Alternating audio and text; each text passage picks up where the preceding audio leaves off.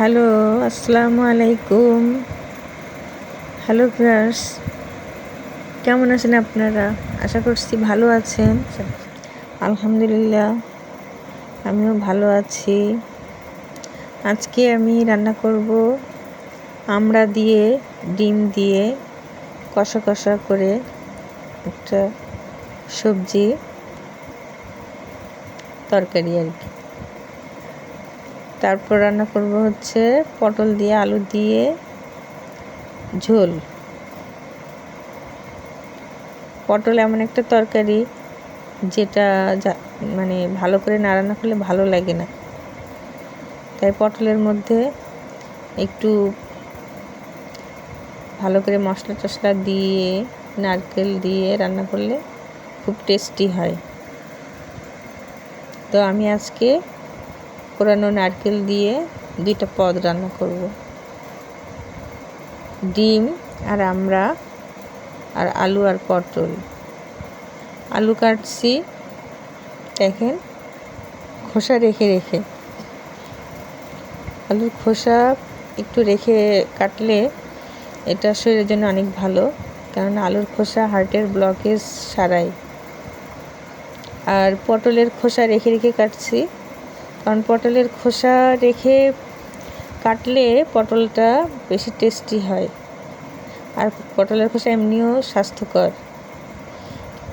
আর তেরসা করে কাটছি, তেরসা করে এই জন্য কাটছি যে তাড়াতাড়ি সিদ্ধও হয়। পটল এবং আলু দুটোই তেরসা করে কাটছি, এতে পটল আলু দুটোই তাড়াতাড়ি সিদ্ধ হবে, আবার টেস্টিও হবে। এর তরকারি কাটার উপরে অনেক কিছু নির্ভর করে।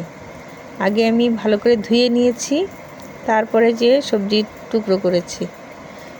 এবং এই সবজির যে স্টার্চ থাকে, যেমন পটল আলুর স্টার্চ আছে না, এগুলা কেটে ধুলে চলে যায়।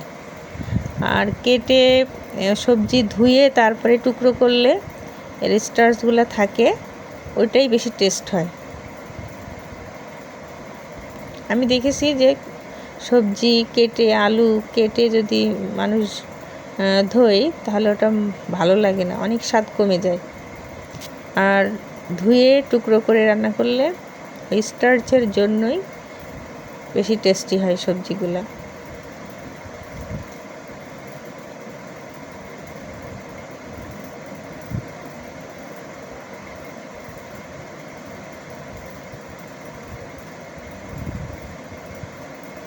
আজকে রান্না করছি সরিষার তেল আর সয়াবিন তেল মিক্সড করে। সয়াবিন তেল তো এমনিই ক্ষতিকর শরীরের জন্য, তবে সরিষার তেলের সঙ্গে মিক্সড করে দিলে সয়াবিন তেলের ক্ষতিকর দিকটা অনেকখানি কমে যায়।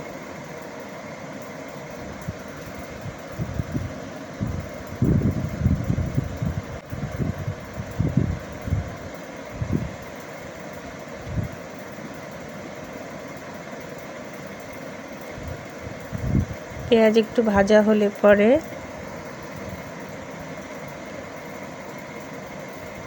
মশলা দিয়ে দেব, বাটা মশলা, গরম মশলা একটু দিলাম, কেননা আমড়া ডিম এগুলো হচ্ছে রাজকীয় সবজি। ডিম আমড়ার সবজিটা রাজকীয় অনেকটা, তাই মাংসের মতো মশলা দিতে হয় এগুলাতে। পটলও সেম, পটল ভালো করে মাংসের মতো মশলা দিয়ে রান্না করলে খুব ভালো লাগে।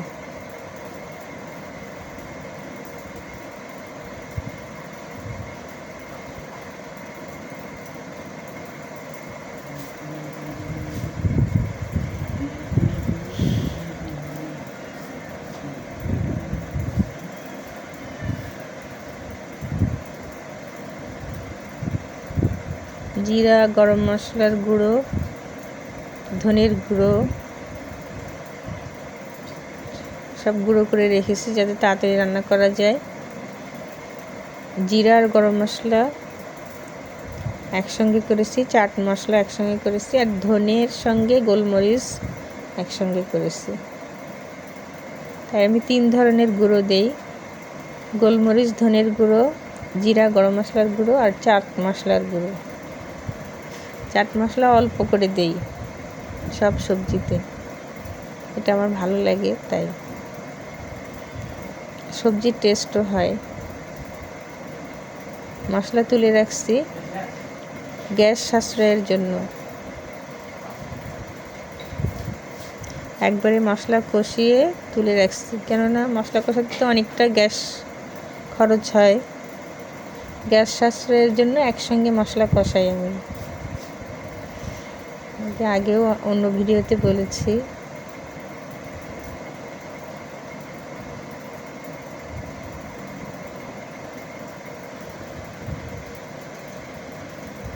আরও বেশি করে আমরা দিতে পারতাম, কিন্তু আমার ছেলে খাবে না, আমার বর আর আমি খাবো, সেই জন্য 4টা দিয়েছি। কোরানো নারকেল দিলাম 3 টেবিল চামচের মতো। আমরা ডিমের তরকারিতে কোরানো নারকেল অথবা নারকেলের দুধ দিলে ভালো হয়, তো আমি লং প্রসেসে যাই না, তাড়াতাড়ি সংক্ষেপে আমি কোরানো নারকেল দিয়ে দিই, আর নারকেলটা একটু মুখে পড়ে, এটাই আমার ভালো লাগে।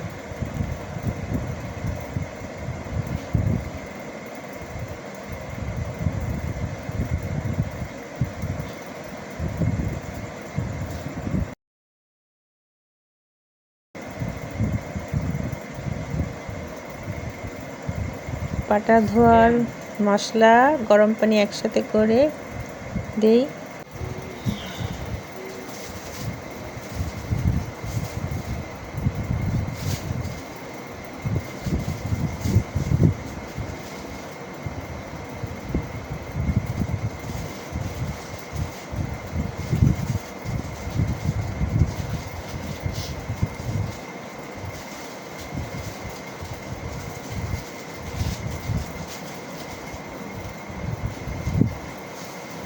আপনারা যারা আমার ভিডিও দেখেন তারা প্লিজ কমেন্ট করবেন। কমেন্ট করলে বোঝা যায় ভালো হচ্ছে কি মন্দ হচ্ছে, আপনাদের ভালো লাগলো নাকি খারাপ লাগলো, সেটা তো অন্তত জানা যায়। প্লিজ কমেন্ট করবেন, শেয়ার করবেন, আর সাবস্ক্রাইব করে দেবেন।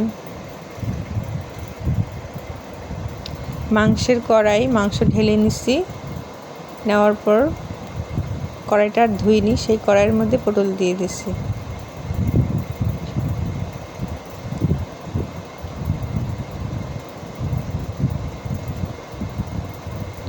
পটল সবজিতে একটু গরম মশলাটা যায়। পটল চিকন চিকন করে আলুর সাথে কেটে গরম মশলা দিয়ে, জিরা, চাট মশলা দিয়ে, নারকেল কোড়া দিয়ে রান্না করলে এটা অন্য লেভেলের মজাদার হয়ে যায়। সাধারণ পটল অসাধারণ হয়ে যায়।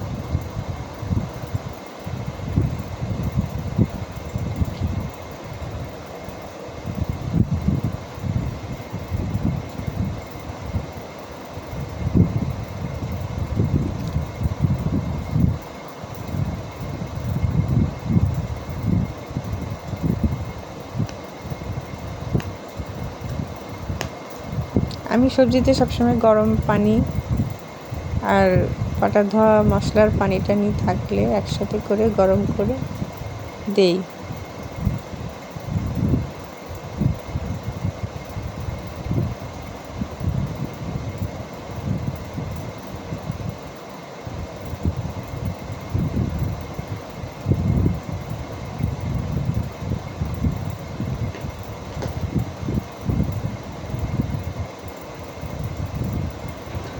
কোরানো নারকেল 1.5 টেবিল চামচের মতো দিয়ে দিলাম। তারপরে গরম মশলার গুঁড়ো দিলাম,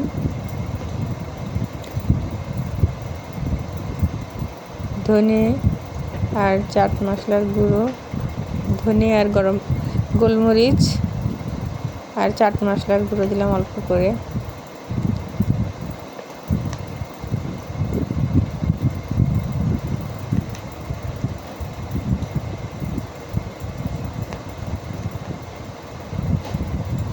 চিনি দিলাম,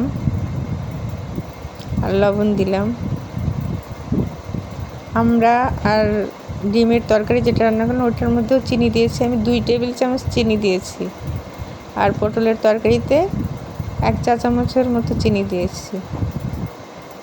পটল তরকারি, মিষ্টি কুমড়ো এগুলোতে চিনি দিলে ভালো লাগে। আর লাউ তরকারিতেও একটু চিনি দিতে হয়, দিলে টেস্ট বাড়ে। আর আমরা ডিমেরটাতে চিনি দিতেই হবে, আমরা একটু টক টক আছে তো।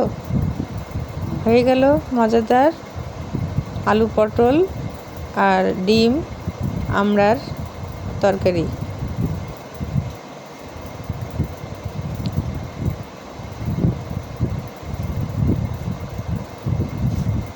খেয়ে দেখালাম, দর্শকরা তো খেয়ে দেখানোটা পছন্দ করে, তার জন্য খেয়ে দেখালাম। দুটোই মজা হয়েছে সবজি। আল্লাহ হাফেজ।